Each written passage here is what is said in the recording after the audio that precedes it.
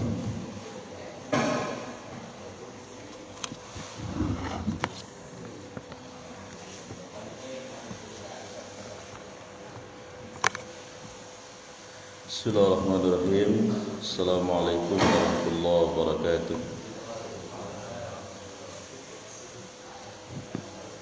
Hamdan katsiran tayyiban mubarakan fihi wa nusalli wa nusallim ala nabiyyina Muhammadin wa ala alihi wa ashabihi wa ansarihi wa junudihi ajmain, amma ba'd. Qala Allah Ta'ala a'udzu billahi minasyaitonir rajim. Ya ayyuhalladzina amanu hal adullukum ala tijaratin tunjikum min adabin alim tu'minuna billahi wa rasulihi wa tujahiduna fi sabilillahi bi amwalikum wa anfusikum dzalikum khairul lakum in kuntum ta'lamun.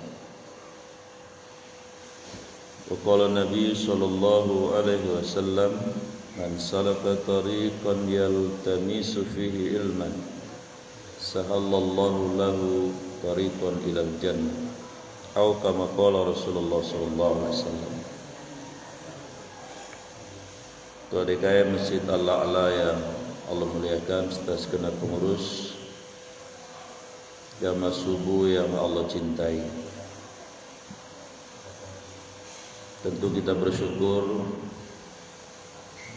sampai dengan hari Sabtu tanggal 6 Februari ini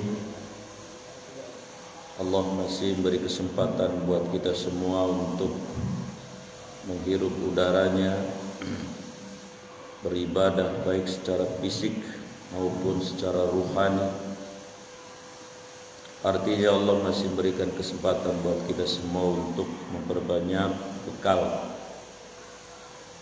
guna kelak menyongsong kehidupan yang hakiki di akhirat nanti.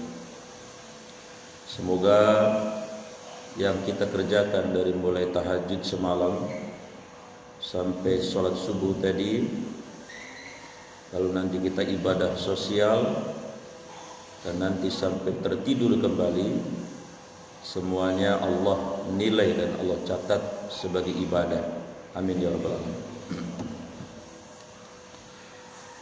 Salawat dan salam Allah senantiasa curahkan kepada uswah kita baginda Nabi Muhammad sallallahu alaihi wasallam, juga tentu atas sahabat dan keluarga beliau yang mulia dan Allah muliakan, serta seluruh umat yang hingga akhir zaman yang terus berupaya meneruskan risalah perjuangan beliau, seraya tentu menghidupkan sunnah-sunnahnya.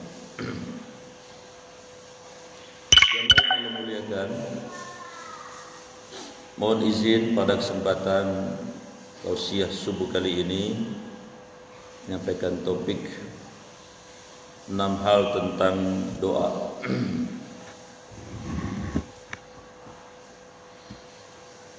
Mengapa Muslim itu tidak kompatibel, tidak cocok dengan sekulerisme? Karena memang orang Islam itu begitu masuk jadi orang Islam, jadi di dalam Al-Quran itu ada penegasan dari Allah, la ikraha fiddin, ya, tidak ada paksaan. Kalian mau jadi orang Islam boleh, kata Allah, mau jadi orang bukan Islam juga boleh. Tapi kalau kalian sudah jadi orang Islam, baik karena masuk Islam atau karena keturunan, kayak saya ini Islamnya keturunan, jadi enggak kayak Ustaz Felix Sau, Ibu Irina dan sebagainya. Sekali kita menjadi Muslim, maka harus hidup kita tidak mau diwarnai oleh seluruh komponen syariat Allah, dari mulai ibadat, ya, puasa, zakat, haji, baca Quran dan sebagainya, itu harus Islami. Yang kedua, muamalat, iktisadiyah, perekonomian, transaksi apapun harus konsekuensi masuk Islam, ya harus kita islamisasikan semuanya itu. Yang ketiga, munakahat, nikah, talak, cerai, itu harus dengan koridor Islam. Ya, kemudian yang keempat adalah jinayat. Nah, ini memang yang belum di negara kita. Hal-hal yang terkait dengan kepidanaan juga sebenarnya harus mengacu kepada aturan Allah. Karena kalau tidak diimplementasikan di dunia, tetap kita punya hutang. Misalnya mohon maaf, kita mencuri, katakanlah mencuri 1,6 juta, tapi di dunia cuma dipenjara sekian bulan, itu belum selesai. Tetap harus ada hukuman syariah nanti di akhirat nanti. Apalagi orang zina harusnya dirajam mati, tapi enggak, ya tidak selesai, nanti ada hutang hukuman syariah di akhirat nanti. Jadi kita konsekuensi keberislamannya itu apa namanya, jinayat. Kemudian yang kelima adalah daulat. Bahwa seorang muslim itu harus memang idealnya diwarnai kehidupannya dengan aturan-aturan, norma-norma yang diatur dalam aspek daulat, kenegaraan menurut perspektif aturan dan hukum Islam. Itu idealnya. Sekali kita masuk jadi orang Islam seperti itu, ya. Tetapi memang untuk melaksanakan idealisme seperti itu ya memang agak susah. Karena di luar virus-virus yang ingin memisahkan komponen-komponen syariat itu juga mereka perjuangkan. Antara lain virus Spilis, ya. Spilis, ya. Pluralisme, kemudian liberalisme dan sekulerisme. Pluralisme itu satu ajaran yang kita ini diajak untuk menjadi orang yang punya pemahaman akidah bahwa semua agama sama. Ini virus. Ya. Kalau keberagamaan atau pluralis, itu sunatullah. Ya. Kita ini orang Islam itu harus siap hidup berdampingan dengan lintas bangsa, lintas suku, lintas agama, lintas apa saja. Itu sunatullah. Itu Allah yang menciptakan. Ya ayuhan nas, inna khalaqnakum min dzakari wa untha wa ja'alnakum syu'uban wa qabaila lita'arafu inna akramakum indallahi atqakum. Hai manusia, kamu aku ciptakan dari unsur laki-laki dan perempuan, dan aku jadikan kalian berbangsa, bersuku, ya tentu di dalamnya ada lintas agama, lintas keyakinan. Kemudian ujungnya adalah lita'arafu, agar kalian saling mengenal supaya bisa kerjasama untuk sama-sama menelurkan kemaslahatan. Tapi kalau pluralisme, ajaran yang mengatakan bahwa semua agama sama, itu virus namanya. Karena Allah sudah mengunci inna dina indallahil Islam. Sesungguhnya agama yang Allah ridhai, yang Allah akui hanya Islam saja. Ya, kita bersyukur alhamdulillah ditakdirkan jadi orang Islam. Alhamdulillah itu. Yang kedua, virusnya bernama liberalisme. Liberal, bebas. Jadi kalau bisa syariat Allah itu diatur oleh akal kita. Dalam bahasa yang lain saya sering menyebutkan apa? Jadi syariat Allah itu sekarang itu seperti prasmanan. Kalau cocok selera ambil, nggak cocok buang. Subhanallah. Jadi kesannya itu Allah diatur oleh manusia. Kan ya, ada sebagian dari kita yang dalam hal-hal tertentu dia welcome dengan syariat Allah, tapi syariat Allah yang lain dia tidak suka. Bukan tidak suka, bahkan dihalang-halangi luar biasa. Padahal itu hal yang menjadi virus di dalam akidah. Jadi liberalisme itu kebebasan, ingin bebas sebebas-bebasnya. Kadang-kadang tadi ya, dia masuk ke zona yang sebelumnya tidak boleh dimasuki. Ya misalnya tadi kita beribadah dengan keyakinan yang lain bersama-sama dalam satu area, lalu kita lebih mencintai mereka, bekerja sama luar biasa. Tapi di sisi yang lain kemudian kita acuh terhadap perjuangan yang ingin menghadirkan aturan dan syariat Allah di muka bumi. Bahkan kadang-kadang kita menjadi semacam musuh sesama orang beriman. Kemudian yang ketiga, virusnya namanya sekuler. Nah, ini yang terkait dengan judul tausiah ini. Apa sekuler? Kita diupayakan oleh virus ini agar dipisahkan dari Allah. Kalau enggak 24 jam, 12 jam. Kalau enggak 12 jam, 6 jam. Kalau enggak 6 jam, 3 jam. Kalau enggak 3 jam, sejam. Ya. Padahal di dalam surat Al-An'am 162, orang Islam gaya kita ini tidak bisa dipisahkan dari Allah semenit, bahkan sedetik pun. Karena Allah tegaskan, inna sholati, sesungguhnya sholat saya, sholat wajib, sholat sunnah, sholat tahajud, sholat duha, sholat apa saja, wa nusuki, ibadah saya, ibadah mahdoh, ibadah sosial, ibadah apa saja, wa mahyaya, hidup saya. Bayangkan, hidup saya itu mulai kapan? Kalau hidup sih mulai dari rahim ibu kita, tapi kalau dihitungnya hidup kita oleh Allah itu sejak kita baligh. Wa mahyaya, hidup saya, wa mamati, mati saya, lillah, hanya dipersembahkan untuk Allah. Include di dalamnya kita nurut, maka kita taslim, aslama yuslimu taslim, kita menyerah tunduk kepada semua yang Allah titahkan, baik mikro maupun makro. Nah, ini kita ditekankan oleh Allah seperti itu. Tapi ada virus tadi, kita dipisahkan agar berpisah dengan aturan-aturan Allah tadi, baik besar, sedang, kecil sebagainya. Itu namanya sekularisme.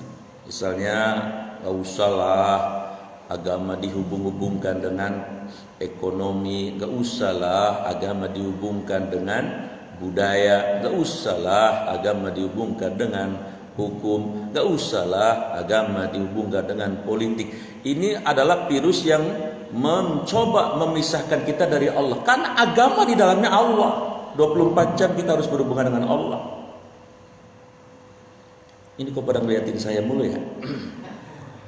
Belum ngopi ya. Saya jadi tegang ini. Memang prolognya rada-rada dalam ini. Rada berat. Nah, bagaimana caranya supaya kita tetap dalam koridor dan kompas 24 jam berhubungan dengan Allah terus? Apa pengikatnya? Pengikatnya tentu yang pertama adalah syariat Allah tadi. Kemanapun kita melangkah pasti ada aturan Allah gitu. Yang kedua, pengikatnya itu namanya zikrullah. Selama kita tetap ingat Allah di mana saja, berarti insya Allah kita terikat dengan Allah tadi. Makanya makna akidah itu aqoda yaqidu uqdan wa aqidatan lala arabtu. Kalau kita sudah berakidah itu kita diikat 24 jam dengan Allah, dengan aturannya. Nah, jadi untuk mengikat kita dengan Allah tadi supaya virus sekuler itu tidak masuk, kemanapun kita berada, kalau bisa ada aturan Allah, ada syariat Allah, kemanapun. Yang kedua, kemanapun kita melangkah, kita ingat kepada Allah. Zikir itu tidak harus dengan lisan. Ada zikir lisan, ada zikir hati, ada zikir pikiran, zikir amal. Dan yang ketiga yang kita bahas, supaya kita tetap dengan Allah 24 jam adalah ikatannya bernama doa. Ikatannya doa. Prolognya kemana-mana, ujungnya adalah materi ini doa. Jadi ada 6 hal terkait dengan doa yang barangkali perlu kita ketahui. Yang pertama,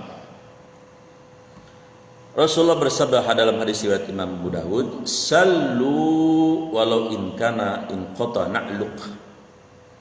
Bahasa Eldoranya, mintalah kalian kepada Allah walaupun hanya urusan sendal jepitmu putus.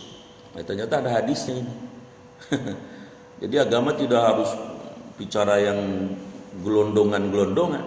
Ternyata aspek yang kelihatan sepele pun ada dasarnya. Maksudnya apa maknanya? Jangan putus dengan Allah walaupun problem kita cuma sendal jepit putus. Zaman Nabi sendal bakyak.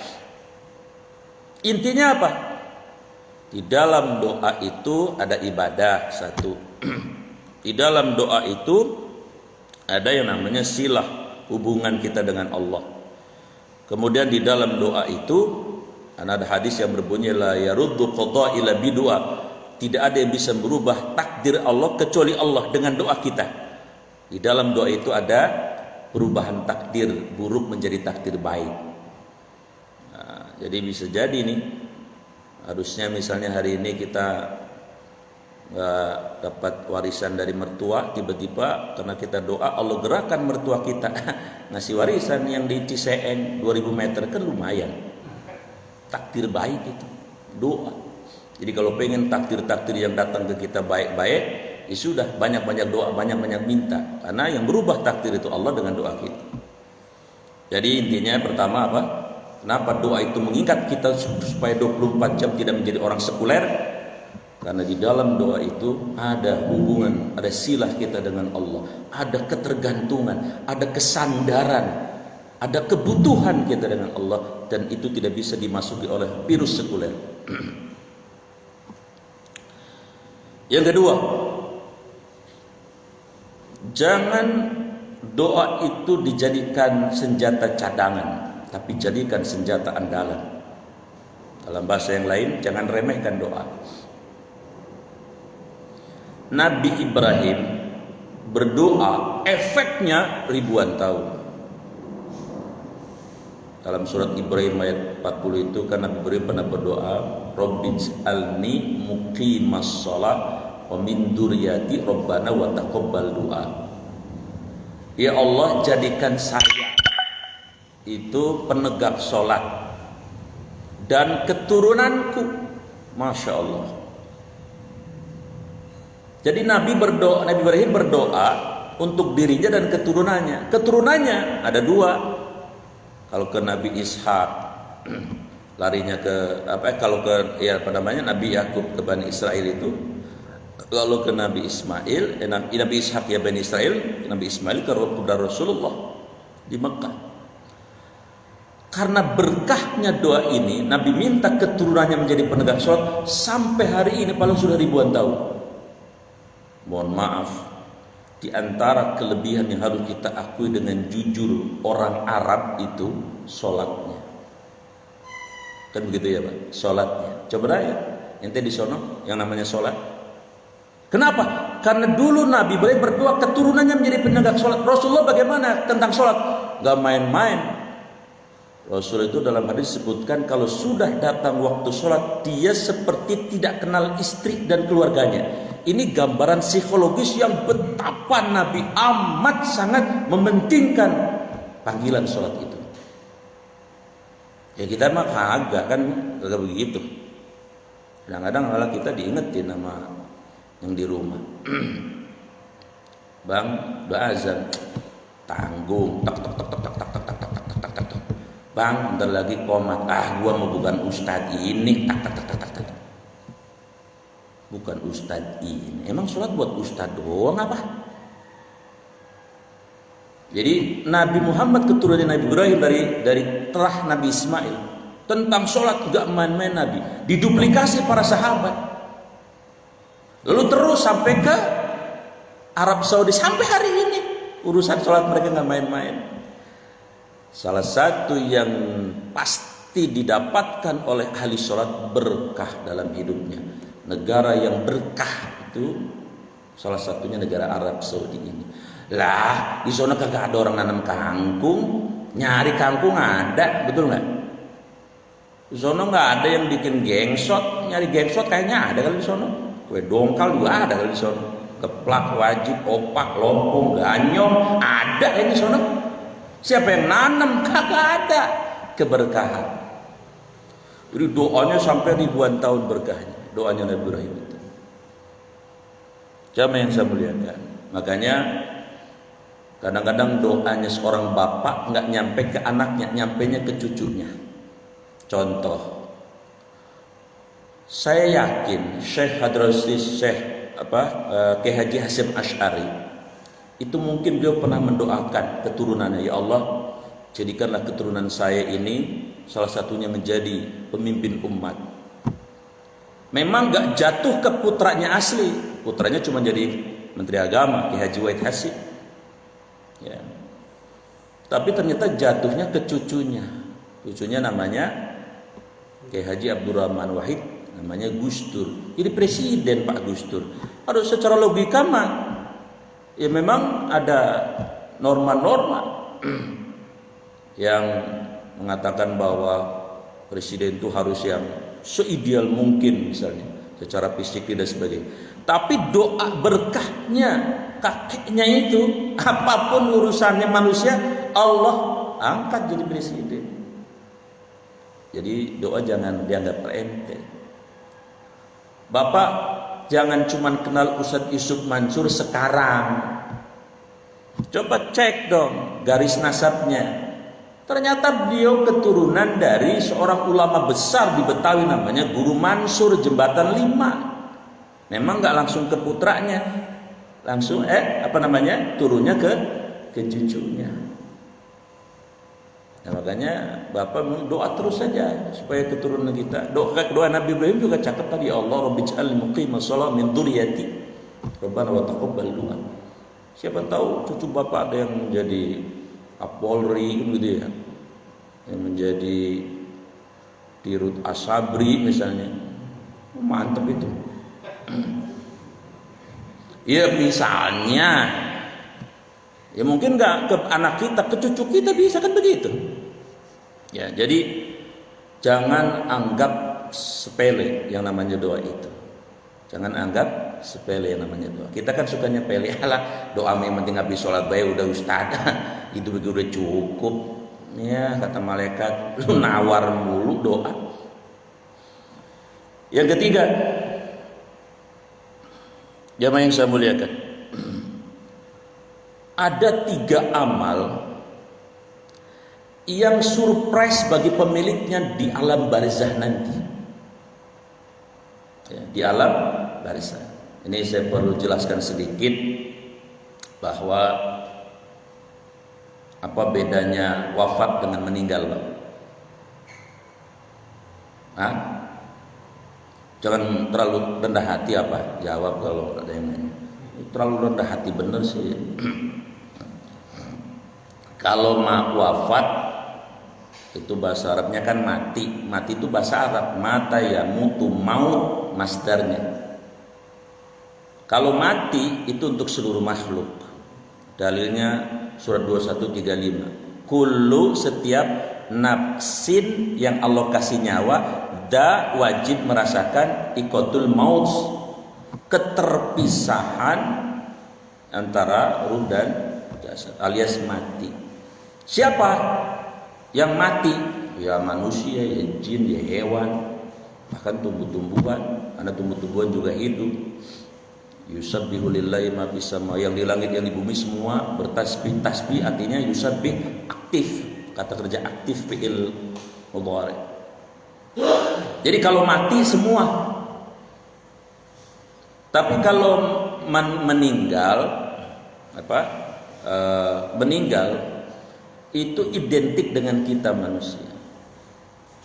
Apa itu meninggal? Definisi sederhananya terpisahnya ruh dari jasad, itu meninggal. Ya. Kalau begitu apa? Manusia belum mati walaupun badannya di kuburan belum mati, dia belum. Lah cuman pisah doang, ruhnya diambil. Ruhnya masih hidup. Ruhnya masih ada. Casingnya doang pisah. Makanya kalau ada keyakinan, katanya kalau orang mati emang ruhnya masih ada di wung-wungan ya Ustaz. Wung-wungan la ilah, ruh melancong. Ini kan pemahaman zaman dulu sebelum Islam datang kan ada Buddha Hindu ya, Hindu Buddha. Nah ketika orang meninggal itu ada keyakinan sebagian dari mereka menganggap bahwa ruhnya ini masih ada di rumah keluarganya sebelum 40 hari. Makanya harus ditungguin. Maka istilah Jawa ada lek-lekan. Itu nungguin ruh. Karena kalau ruhnya baik sih nggak apa-apa. Kalau ruhnya jahat, kalau ada apa-apa harus diantisipasi. Lalu Wali Songo datang merubah substansinya dirubah, acaranya tetap ada. Habis orang meninggal mereka kumpul, tapi diislamisasikan. Jadi yang namanya meninggal itu ruh kita masih hidup. Berarti orang yang mati itu mah secara dunia saja mati, hakikatnya mereka hidup. Apa buktinya mereka hidup? Ya buktinya sederhana. Pertama, itu di surat Al-Mu'minun 99 Allah berfirman, hatta sehingga jaa telah datang ahaduhumul maut, kematian menimpa mereka. Qala, lalu mereka berkata, Rabbi irjiun. Sudah mati dia ngomong sama Allah, Rabbi irjiun, pulangkan saya ke dunia lagi ya Allah. La'alli a'malu sholihan fima tarak. Kalau aku dipulangkan ke dunia, saya akan menjadi ahli kebaikan, saya akan berbuat kebaikan sebanyak-banyak, sehebat-hebatnya. Cuman Allah kan paham potongan orang kayak gini. Kata Allah, kalla, jangan begitu dong. Innaha kalimatun huwa qailuha, itu kan ucapan bibir kalian saja. Wa mi waraihim barzahun ila yaumi yub'atsun. Bagaimana mungkin, kata Allah, kalian sudah aku tempatkan di alam barzah, lu kok pengen balik lagi ke Eldora? Gampangannya begitu. Jadi hidup kita. Cuman tadi simbolnya kayaknya kita mati, sebetulnya hidup. Bukti yang kedua apa? Buktinya kalau kita ke kuburan disunahkan oleh Allah untuk dialog, untuk komunikasi. Coba kalau ke kuburan kita nggak suruh ngapain sama Nabi? Ini nggak pernah ke kuburan apa ya? Kan suruh salam ya. Assalamualaikum ya ahla diyar, antum muqaddimuna wa nahnu insyaallahu lahikun. Salam sejahtera untuk kalian. Siapa kalian di sini? Ya itu penghuni komplek kubur. Ya, pertanyaannya jawab nggak mereka? Jawab. Cuman dimensi jawabannya tidak terdengar oleh dimensi kita yang di dunia. Lah kalau kedengeran, assalamualaikum, waalaikumsalam, lah picirit bisa kita. Cuman kagak denger. Jadi kita tidak mati, orang di kubur itu gak mati. Ya. Nah ketika orang sudah ruhnya mati, sudah ruhnya lepas, berarti kita masih hidup. Karena kubur itu cuma pintu akhirat. Ya. Nah ketika kita mati tadi disebutkan, kita ini tidak merasa mati bahkan. Ketika kita mati, kita tidak merasa mati. Ketika kita ruhnya dicabut, kita tidak merasa mati. Kita merasa seperti mimpi. Ya, seperti mimpi. Dia mengatakan, Tuhan, kenapa kok saya didatengin orang banyak, disolawatin, pada takziah ke saya. Terus dia dimandikan, kok saya dimandikan. Terus dikapari, kok saya dikapari. Terus saya disolat, kok saya disolatin. Dia seperti dalam mimpi. Tapi saya belum mati, ini saya lagi mimpi. Begitu dimasukin ke kubur, baru dia sadar. Loh. Kok yang nganterin saya pada pulang? Bininya pulang, anak pulang, mertua pulang, karuan tetangga mah pulang duluan, mau rapat, pulang semua. Lalu dia baru sadar, dia pegang bajunya. Loh, baju saya mana? Kok baju saya putih? Dia baru sadar. Loh, dipanggil itu istrinya yang pulang. Istriku, dipanggil kenceng-kencengnya, kagak denger. Lah bukannya bininya bolot, lah emang dimensinya udah beda. Hidup dia di situ hidup. Dipanggil anaknya, dipanggil mertuanya, dipanggil keluarganya. Nggak ada yang nyautin. Lah bagaimana mau nyautin? Orang di kubur, ini di dunia, tapi tetap hidup. Nah baru dia sadar, oh ternyata saya mati, meninggal. Lalu dia merasakan suasana yang sangat mencekam, luar biasa. Dia sendirian di situ. Dan ketika sudah sangat mencekam, yang mengubur itu sudah meninggalkan, lalu datanglah malaikat Munkar dan Nakir. Lalu bertanya, man rabbuka, siapa Tuhan? Yang menjawab bukan mulut, maksudnya yang menjawab bukan mulut biologis, tapi menjawab adalah amal kita di dunia. Man nabi juga siapa nabi? Yang menjawab juga sama. Apa namanya? Keyakinan agama kita di dunia. Kemudian ditanya juga tentang dinuka, agama, apa agama. Yang menjawab juga adalah keyakinan kita. Ketika kita sedang mencekam seperti itu, tiba-tiba ada makhluk yang sangat indah luar biasa datang. Ketika kita tidak bisa menjawab, tadinya kita mau dipentung. Bentungannya itu kata Nabi, pentungan malaikat ini, kalau dia pentungannya dibawa ke dunia, lalu semua gunung yang ada di dunia dipentungin, semua hancur jadi debu. Le gunung Pak jadi debu, lah bagaimana kita? Dahsyatnya luar biasa. Ketika tidak bisa menjawab, lalu malaikat hendak menyiksa, namanya siksa kubur ya. Maka makhluk itu datang dengan penampilan yang amat sangat indah luar biasa. Lalu kita nanya, siapa Anda? Man anta? Nah ini 3 jawabannya. Pertama, saya adalah Al-Quran yang engkau waktu di dunia mengakrabiku, Quran. Yang kedua, ana amaluka, saya adalah amal-amal soleh yang waktu di dunia kau kerjakan. Yang ketiga, nah ini terkait dengan ini, saya adalah doa-doa yang kamu terus-menerus pintakan kepada Allah, walaupun Allah belum kabulkan, kamu terus berbaik sangka kepada Allah. Ternyata menjadi penolong di alam barzah nanti. Sehingga ketika malaikat mau menyiksa, malaikat jangan siksa dia. Kenapa? Saya diutus oleh Allah untuk menjadi pembela dia. Sampai kemudian terjadi semacam diskusi dengan malaikat. Akhirnya laporlah kepada Allah. Allah kemudian berikan rekomendasi, ya, Quran, amal kebaikan, doa-doa, itulah yang akan menjadi syafi'an, advokat pembela. Aku yang izinkan. Malaikat yang mau menyiksa akhirnya nggak jadi menyiksa. Luar biasa doa itu. Jadi mohon maaf nih, kita kan ibarat kalau ditanya, bang, udah doa belum? Gua doa udah belerot banget Ustaz, dari wetan sampai kulon, dari elor sampai ngidul, tapi rasanya kagak pernah dikabulin. Jangan lupa, doa-doa kita yang tidak dikabulkan di dunia, kelak Allah akan perlihatkan menjadi pembela yang luar biasa. Jadi jangan anggap enteng ya doa. Kan ada kan yang doanya udah panjang banget ya, tapi belum dikabulin, kan ada kan? Ada. Yang keempat, 3 lagi. Yang keempat apa surah ini? La ilaha illallah. Pak, ini mengajak ke tukang ngurut ini Bapak ini.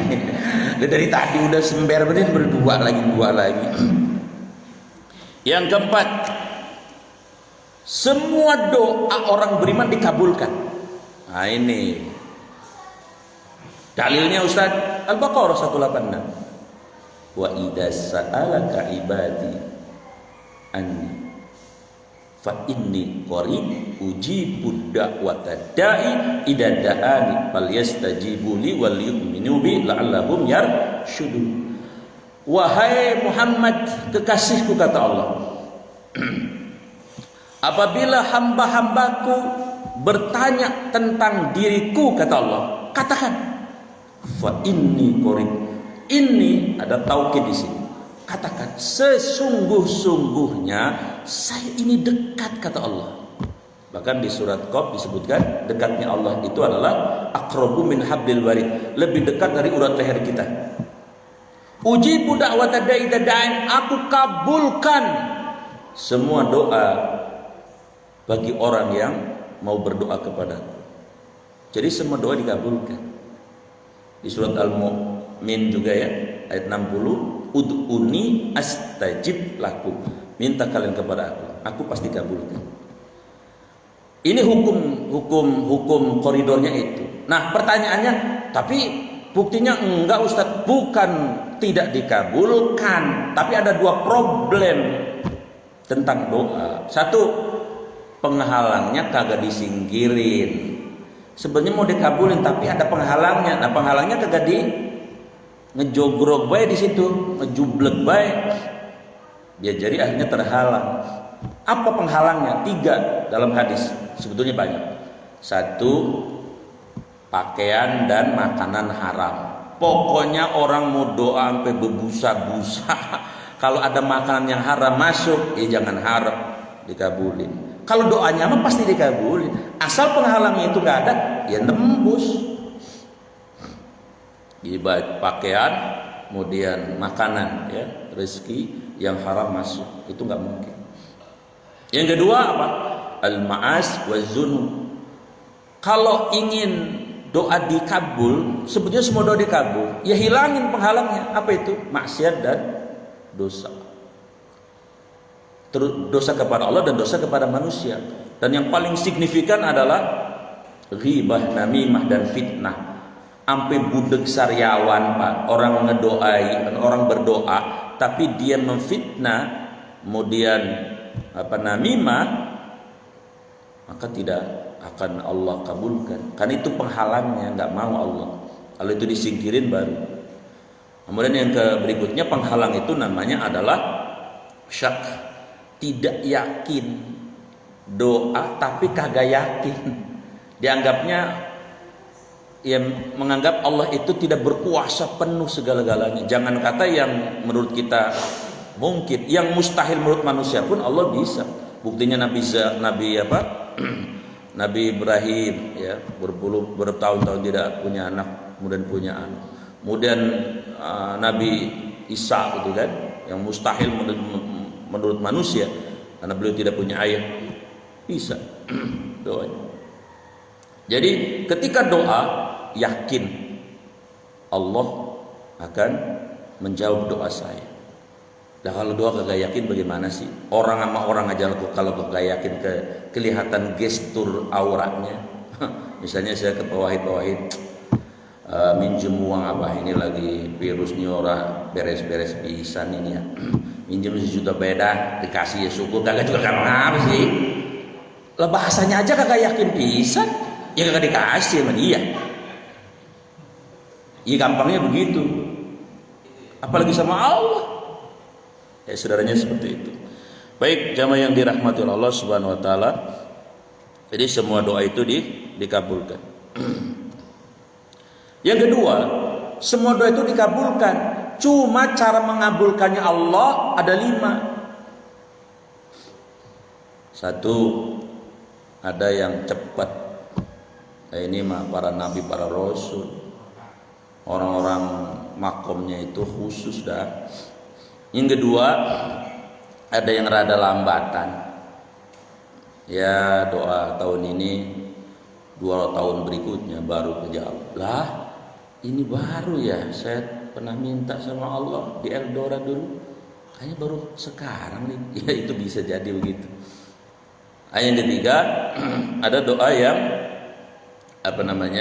di konvers, diganti.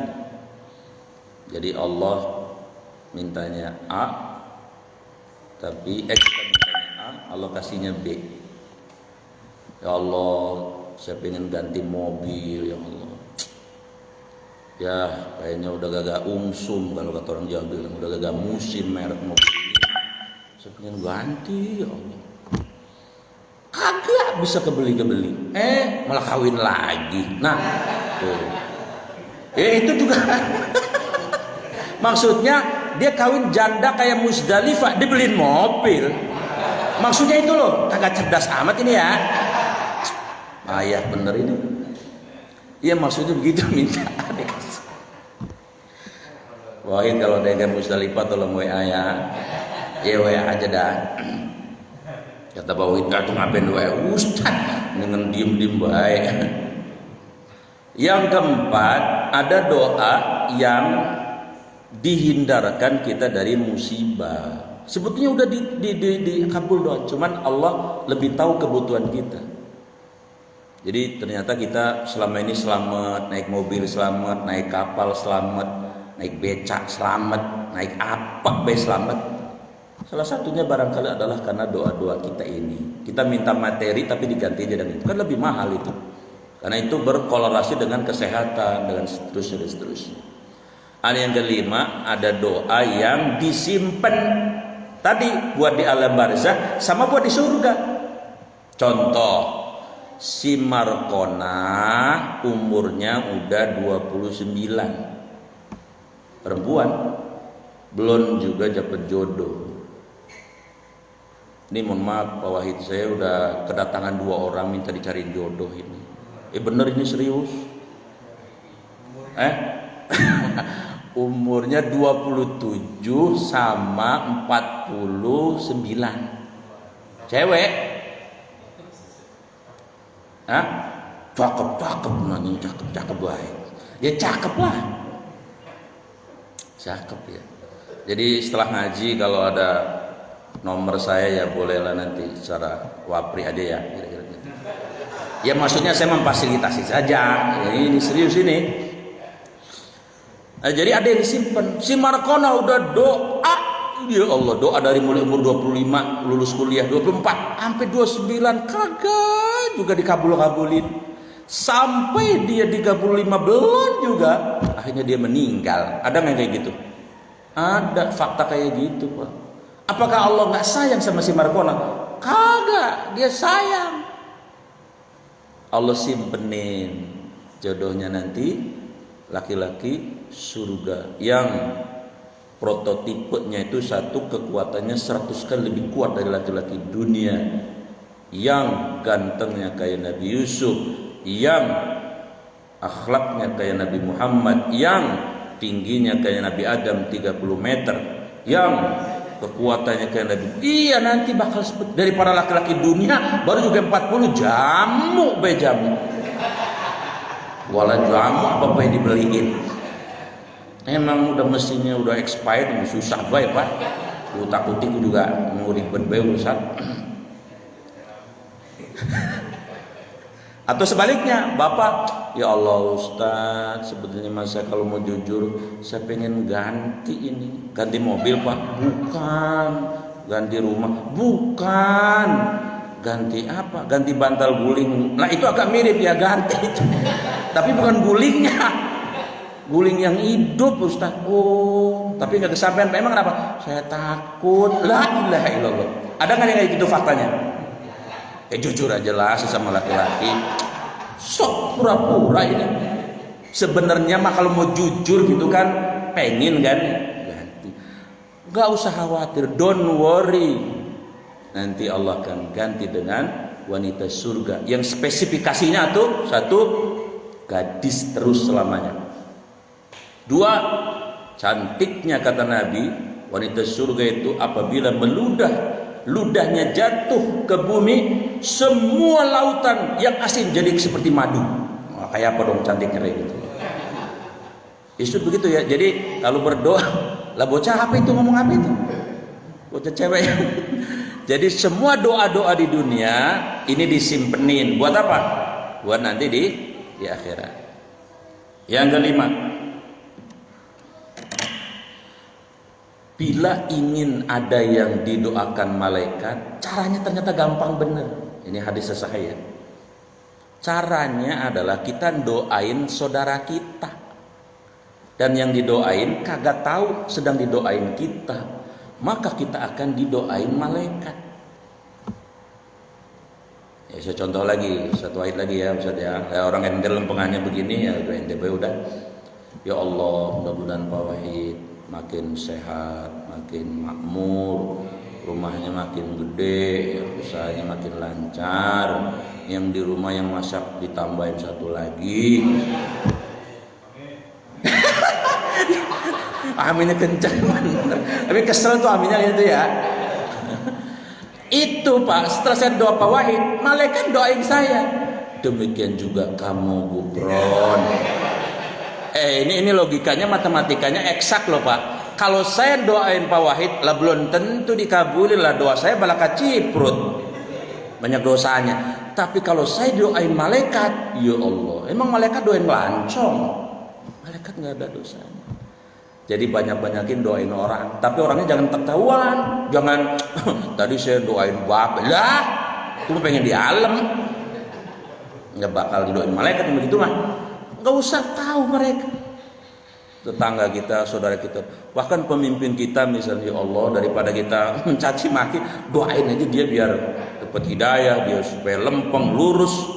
Nah itu kembali kepada kita, didoain malaikat. Terakhir, doa terbaik itu yang keenam ya, itu dari Quran dan Sunnah. Dari Quran dan Sunnah, hadisnya.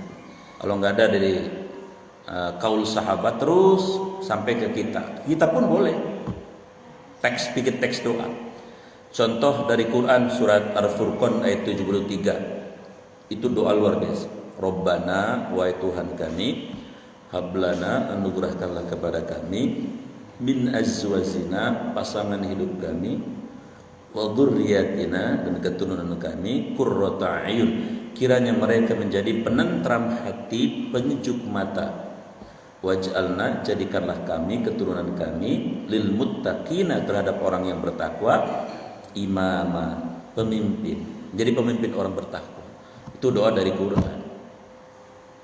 Walaupun teksnya dari Ibadur Rahman, tapi itu adalah firman Allah. Doa dari Nabi banyak.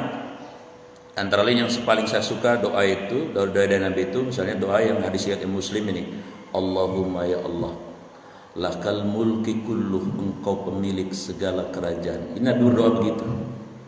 Walakal hamdu kulluh, engkau lah pemilik segala pujian. Wa ilaika narji'u amri kulluh, seluruh persoalan hidup ya Allah kami serahkan kepadamu yang maha tahu hari ini, besok dan yang akan datang. Nas'aluka minal khairi kullu, kami semua bermohon kepadamu ya Allah segala yang bernama kebaikan yang datang dari rahmat dan berkahmu yang tidak bertepi. Wa na'udzubika minasyarri kullu, kami semua berlindung kepadamu ya Allah dari segala keburukan yang dihembuskan syaitan dan hawa nafsu kami. Itu doa mantap dari Nabi langsung itu. Kan kagak hafal apa ya? Ya sudahlah, sementara nggak usah hafal dulu dah.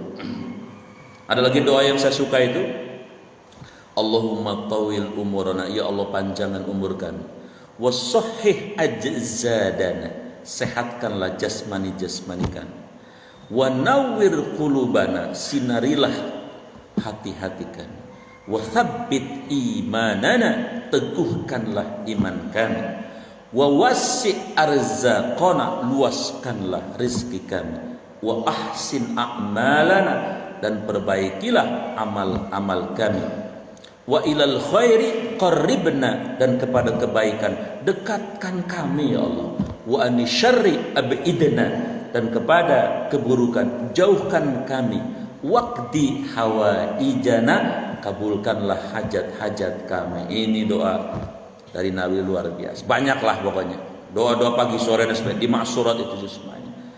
Tapi kalau nggak bisa, nggak tahu, di Quran nggak bisa, di hadis dia doa dari para sahabat. Sampai doa dari teksnya dari kita boleh, pakai bahasa apapun boleh selama baik.